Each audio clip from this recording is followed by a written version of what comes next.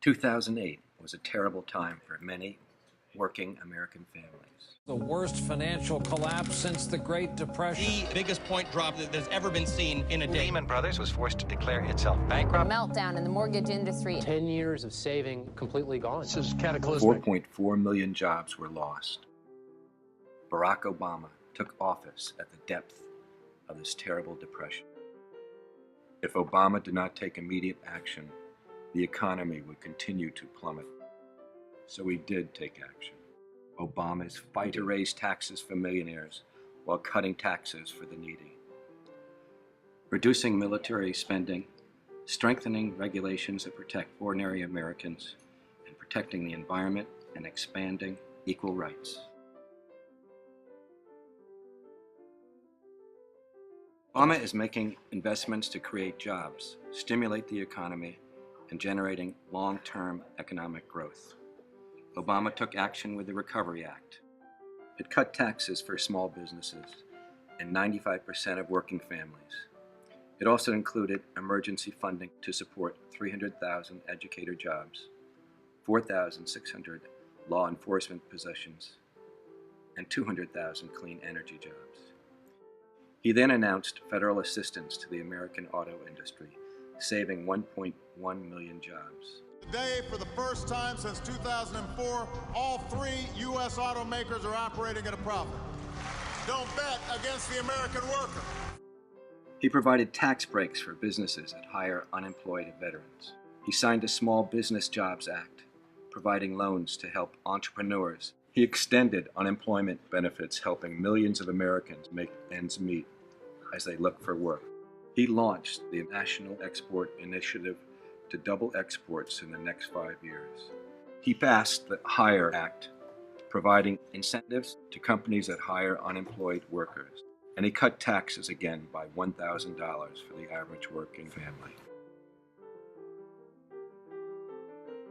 Wars have drained more than $1 trillion from our budget since 2001. Obama is fighting to spend less on our military because with a large deficit and a recovering economy, we simply cannot afford to drain our budget overseas. The war in Iraq cost more than $800 billion. When we look back, we realize that we've achieved almost nothing. Bush claimed that Iraq had weapons of mass destruction, but a United Nations investigation found no evidence. So as your Commander-in-Chief, I'm proud to finally say these 2 words: welcome home. Welcome home. Welcome home.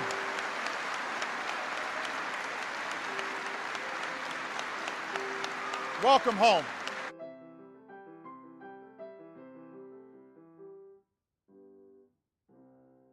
For the past 3.5 years, we've been fighting our way back from a historic economic crisis, one caused by breathtaking irresponsibility on the part of some on Wall Street, who treated our financial system like a casino.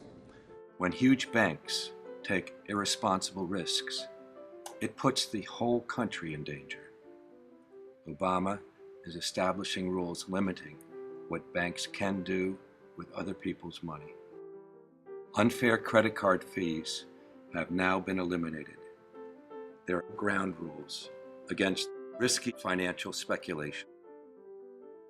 For the first time in our nation's history, we have in place a consumer watchdog whose sole job is to look out for working families by protecting them from deceptive and unfair practices. The very first bill I signed into law as president was the Lilly Ledbetter Fair Pay Restoration Act. It was a big step toward making sure every worker in this country, man or woman, receives equal pay for equal work. Obama is the first president to endorse same-sex marriage, a huge step forward in the struggle for equal rights. When I am president of the United States, gays and lesbians will have somebody who will fight for equal rights for them because they are our brothers and they are our sisters. Obama is fighting to treat everyone equally and keep the government out of people's personal decisions. We've subsidized oil companies for a century. That's long enough. It's time to end the taxpayer giveaways to an industry that rarely has been more profitable and double down on a clean energy industry that never has been more promising. Solar production has doubled under Obama. Domestic oil production is at an 8-year high. His investments in clean energy have supported 200,000 clean energy jobs. Groundbreaking standards for cars and light trucks will save families $8,000 at the pump by 2025. It will be against the law for insurance companies to deny you coverage because of a pre-existing condition. It will be against the law for insurance companies to drop your coverage. They will no longer be able to place some arbitrary cap on the amount of coverage you can receive. Fill the gap in coverage that forces too many seniors to pay thousands of dollars a year. We will place a limit on how much you can be charged for out-of-pocket expenses. If you lose your job, you'll be able to get coverage. We'll do this by creating a new insurance exchange, a marketplace where individuals and small businesses will be able to shop for health insurance at competitive prices. Now, for those individuals and small businesses who still can't afford the lower-priced insurance available in the exchange, we'll provide tax credits. If you are among the hundreds of millions of Americans who already have health insurance, nothing in this plan will require you or your employer to change the coverage of the doctor you have. We've estimated that most of this plan can be paid for by finding savings within the existing healthcare system, a system that is currently full of waste and abuse. The only thing this plan would eliminate is the hundreds of billions of dollars in waste and fraud, as well as unwarranted subsidies in Medicare that go to insurance companies. We can either settle for an economy where a few people do really well and everybody else struggles to get by, or we can build an economy where hard work pays off again, where everyone gets a fair shot, everyone does their fair share, and everyone plays by the same rules. Obama proposed the Buffett rule so that individuals making over $1 million a year pay at least 30% taxes. Millionaires can easily afford higher taxes. Research has shown that countries with less inequality tend to have stronger and steadier economic growth over the long run. When it comes to paying down the deficit and investing in our future, should we ask middle-class Americans to pay even more at a time when their budgets are already stretched to the breaking point? Or should we ask some of the wealthiest Americans to pay their fair share? Today, the wealthiest Americans are paying taxes at one of the lowest rates in 50 years. Do we want to keep giving tax breaks to the wealthiest Americans, folks like myself or Warren Buffett or Bill Gates, people who don't need them and never ask for them?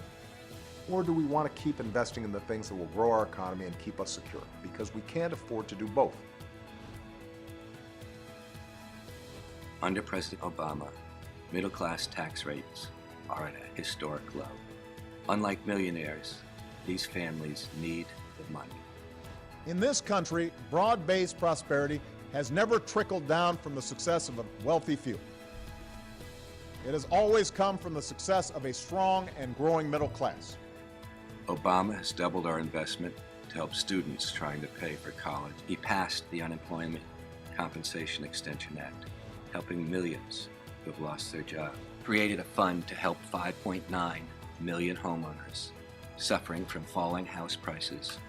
Obama's health care reform will save uninsured Americans thousands of dollars. This is a make-or-break moment for the middle class and for all those who are fighting to get into the middle class. Because what's at stake is whether this will be a country where working people can earn enough to raise a family, build a modest savings, own a home, secure their retirement. I believe that this country succeeds when everyone gets a fair shot. And I believe America is on the way up.